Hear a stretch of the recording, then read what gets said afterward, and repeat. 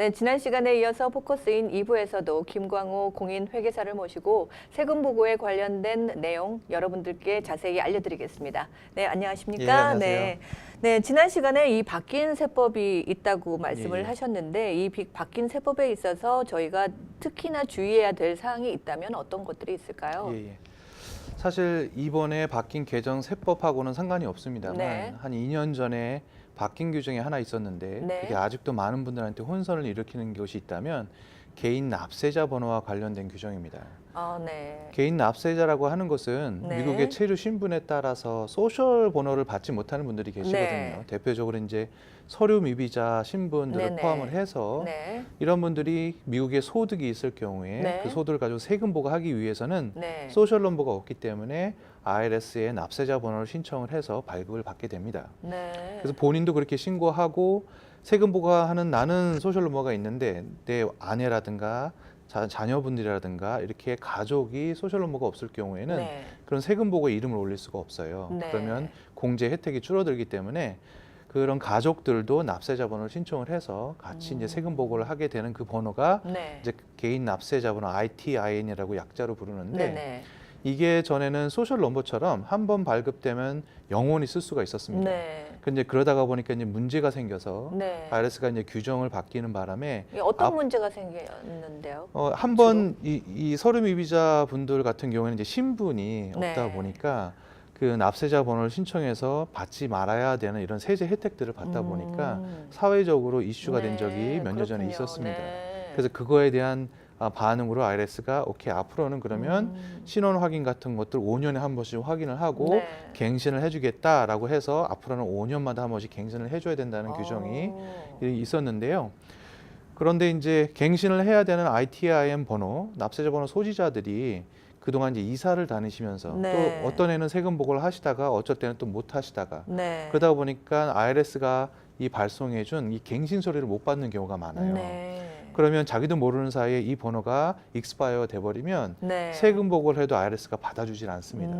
환급을 받을 게 있어도 납세자 번호가 익스파이어 된 경우에는 환급도 받을 네. 수가 없기 때문에 좀 미리미리 내가 갖고 있는 납세자 번호가 익스파이어 된 넘버인지 네. 이거를 이제 본인들이 확인을 네. 하셔서 갱신하는 작업을 먼저 세금 보고하기 전에 앞서 하셔야 됩니다. 네. 그럼 익스파이어가 이게 되기 전에 어떻게 해야 되는 거예요?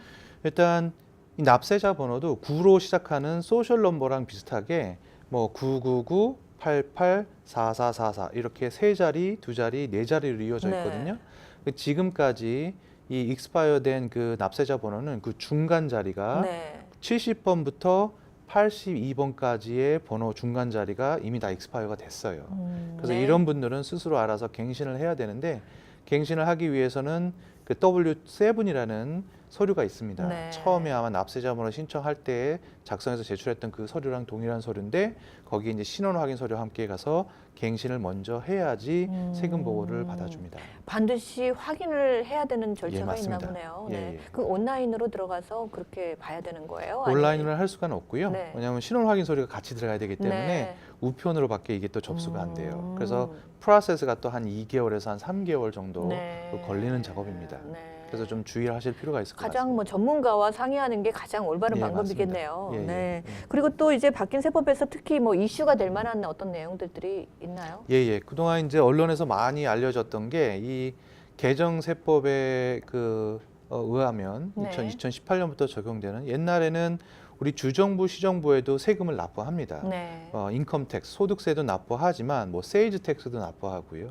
재산세도 납부하고 뭐 이런 세금들이 많이 있어요. 그래서 이걸 로컬 텍스라고 하는데 네. 이전에는 이런 로컬 텍스가 다 공제가 제한 없이 됐었는데 이 바뀐 개정 세법 외에면 이 모든 세금들이 10,000불까지만 공제가 허용이 됐어요. 근데 뉴욕과 뉴저지, 커네티컷 같이 세율이 높은 지역에 사는 주민들은 집 한 채만 소유하고 있어도 10,000불은 훌쩍 넘거든요. 네. 그럼 10,000불의 소득세 그러다 보면 뭐 20,000불, 30,000불 되는데 네. 내가 50,000불을 주정부에 내더라도 10,000불까지밖에 공제가 안 되기 때문에 이 로컬에 주정부에 세금을 많이 내신 분들은 상당히 불리해진 그런 세법이라 할 수 있겠습니다. 네, 그러니까 누구에게는 유리할 수도 있는 문제고 누구한테는 불리할 수도 있는 문제잖아요. 예, 맞습니다. 집을 큰 집을 소유하고 있으면 불리해지는 거 아닌가요? 예, 맞습니다. 그리고 또한 네. 그 이 전에 말씀드렸듯이 네. 표준 공제가 24,000불로 이렇게 2배로 네. 뛰고 항목 공제를 사용하시는 로컬 텍스가 10,000불로 제한이 되면서 많은 분들이 항목 공제하신 분들이 이제 표준 공제로 넘어가는 이제 그런 현상이 2018년부터는 상당히 나타날 거라 그렇게 충분히 예상할 수가 있겠습니다. 네, 회계사님, 다음 시간에 박힌 세법에 대해서 다시 한번 말씀해 주시죠. 네, 네, 알겠습니다. 다음에 뵙겠습니다. 네. 네, 지금까지 김광호 공인회계사와 함께했습니다.